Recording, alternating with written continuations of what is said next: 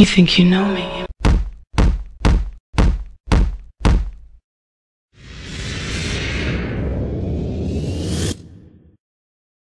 Awesome! I came to play. There's a price to pay. Time for you to get down on your knees and pray. You can say goodbye to the good old days. They're never coming back. It's a beautiful life. Oh, oh, it's a beautiful. Всем привет, мальчики и девочки! Это снова Awesome Conversation. На экране комментатор Капчиньо. Это Гетеборг, детка! И как уже понятно из названия, этот выпуск будет посвящен обзору чемпионата Европы по легкой атлетике, зимнего чемпионата, который прошел в городе Гетеборг в недавнем прошлом. Выпуск подготовлен специально по заказу моих друзей из шарашкиной конторы Runners и по велению моего сердца. Ну что, поехали? Yes! Сей турнир, прошедший в Швеции в городе Гетеборге, получился неоднозначным, знаменательным и каким-то сумбурным, скажем так, по ряду определенных причин. Ну, начнем по порядку, с самого начала, с дня приезда. Что делают спортсмены, когда приезжают на соревнования? Конечно же, идут на разминку, пробуют дорожку. Вот манеж города Гетеборга. Арена интересная, очень интересное покрытие деревянное, пружинит. Не знаю, для наших, конечно, это очень специфично, непривычно. Каждый второй тренер, спортсмен, легкоатлетический обозреватель, комментатор счел должным напомнить о том, что к дорожке нужно приноровиться. Очень нестандартная дорожка. Ну вот и каждый второй говорил так: в дорожку нужно попасть, к дорожке нужно привыкнуть. Прям как в НАТО, ей-богу, а! Следом чемпионат запомнился тем, что каждый вид, даже можно сказать каждый забег, проводимый на дорожке, на кругу точнее, был ознаменован как бойня, или бои без правил на дорожке, или легкая атлетика без правил. Посмотрите забеги на 400 метров, забеги на 800 метров, может быть где-то даже на 1500 метров. Жесткая контактная, бескомпромиссная контактная борьба, кое-где даже грязная контактная борьба. За это выражаю свою фу и фи всем спортсменам, которые делали именно так. Yes!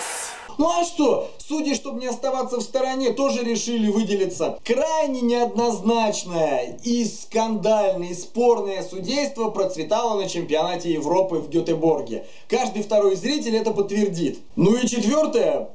Странные, нелепые, взятые из потолка и высосанные из пальца, вот из этого пальца, высосанные дисквалификации. Кстати, дисквалификация это тоже судейская прерогатива. А теперь хочется немножко вспомнить судейские ляпы. Пусть им будет стыдно, и они провалятся сквозь свою шведскую землю там, к чертям собачьим. Во-первых, стартер в спринтерских видах очень долго держал на внимание. Женский прыжок в длину. Небезызвестная шведская домашняя прыгунья в одной из своих попыток, уже не помню в какой, вырывает бронзовую медаль. Русские комментаторы в этот момент все дико верещали: покажите брусок отталкивания, покажите планку отталкивания. И если верить своим глазам, заступ был на грани. Замерили, бац, здорово, ура, шведка молодец, национальная героиня получает свою медаль. Перемещаемся на дорожку. Полуфинал. Стартует Ксюша Усталова. Всеми наши любимые, уважаемая бегунья на 400 метров. В общем, суть до дела, но по ходу дистанции Ксюшу сбивает румынская спортсменка. Ксюша падает, не попадает в финал.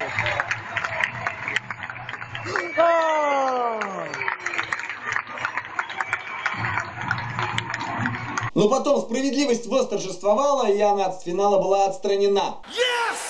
Итак, мужской финал на 400 метров. Одним из фаворитов считался наш спортсмен, товарищ, друг Паша Тренихин с отличнейшим результатом. По итогу забега, не буду долго тянуть кота за хвост, Паша оказался с бронзовой медалью. Но только потому, что его прессовал, ввел неспортивную наглую борьбу британский спортсмен. Смотрим, что же будет.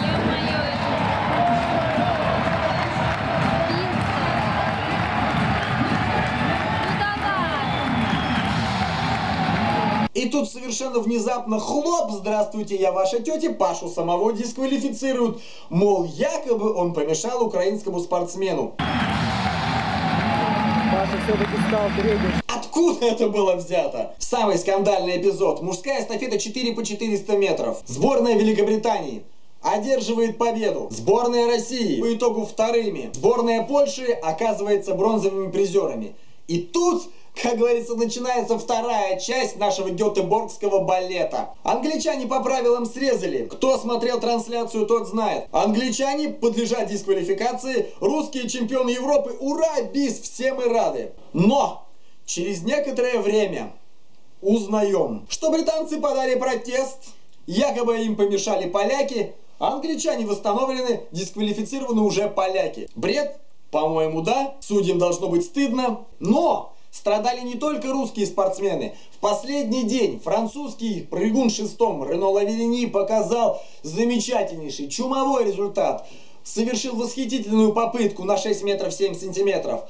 Планка устояла, Рено возликовал. Судья поднимает красный флаг. Хочется сказать, что происходит, мужик? Riesenfreude, diese Emotionen. Und dann dies. Dann dies.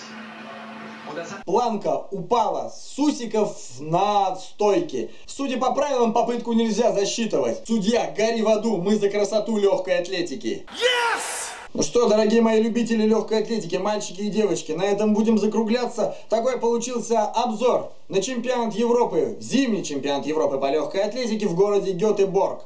Надеюсь, вам понравилось. Смотрите мои выпуски, смотрите все, что я делаю. Любите меня, не любите меня, плюйте в меня, осыпайте меня аплодисментами. С вами был комментатор Копчиньо, специально для сайта Runners и по велению своего сердца. В Гетеборге все было awesome и не очень.